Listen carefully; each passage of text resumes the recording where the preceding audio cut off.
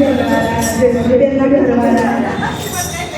પછી આ હેતલબેનના ઘરવાળા, મીનાબેનના શેરવાના દિયરના લઈને પેલા બેઠા નથી. પણ મને કે તમારા ઘરવાળા આવ્યા પછી ના આપણું આપણે તમે તો આવે મને ત્યારે રમણબેન ફોન કરજો. જમ આયા એ તો કહો. મેં તો કઈ કહેતા ને પરવાણે આવ્યા. બધાએ પસંદ કર્યું. સુમનભાઈ પસંદ કર્યું. જમાઈ તમારી વારી આવી. હું કહેતો હતો મને ભજનમાં ના લઈ જાય કે શું કરવા લઈ ગઈ કે અલા મેં તો મારી આબરૂ જાય ભજન કહો નહીં કહો કે મેં તો એવું પડે મને મને કાનનું કહો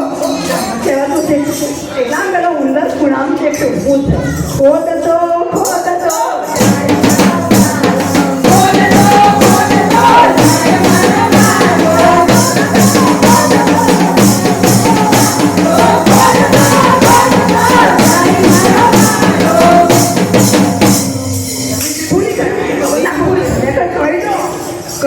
અમદાવાદમાં ભજન તો કહો નહીં કહો કે નહીં કહો મેં રમીલાબેન કહેશે આ શું મળ્યું અમે કહેશે ભજન નહીં કહેતા એ કંઈ એવું આમ બગડો નીકળ્યો બગડો તે બગલા તો અરે હું જાણેથી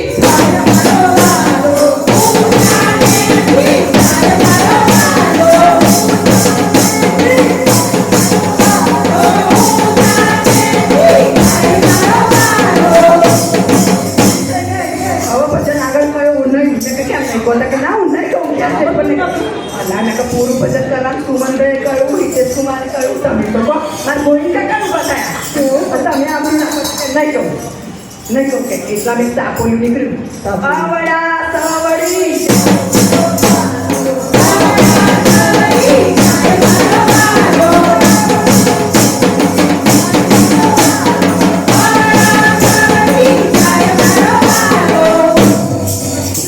ચાલુ કરી કેવું બંધ કરતો મેં કલા આવું ના કરાય ભજન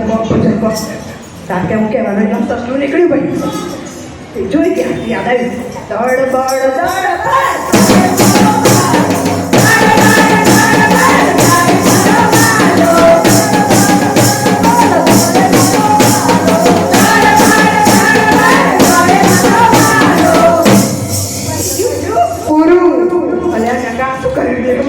તમે તો આવો બધું અને આ પછી કહેવાય બોલ ના કરાય કે બધા પૂરતો પ્રતિષ્ઠા કર્યા લાગી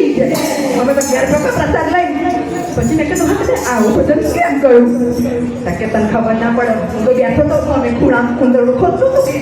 મને યાદ આવી ગયું કે ખોદતો કહ્યું તેમાં બીજી લીધી ત્યાં કે ઊંચા નીચી થાય ને આ બધું કહ્યું એટલે ઘરની પાછળ ચોર આવ્યા હતા તે ચોરે ખોદવા મળ્યું ઘર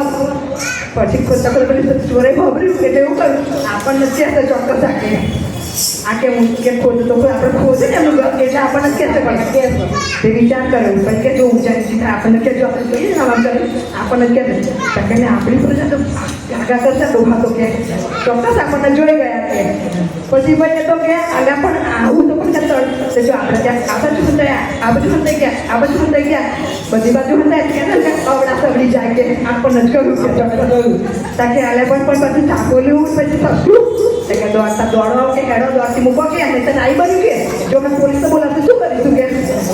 ભાઈ જો ભજનમાં આવ્યા હતા ઘર બચી ગયું ભજનમાં આવ્યા ભગવાનની ભક્તિ કરી એટલો સમય ભગવાન આમ જમો થયો એટલે જે ના આવતા હોય આવજો કોઈ ના કરશો નહીં સારું ખોટું થયું તો માફ કરજો બોલો કૃષ્ણ કનૈયા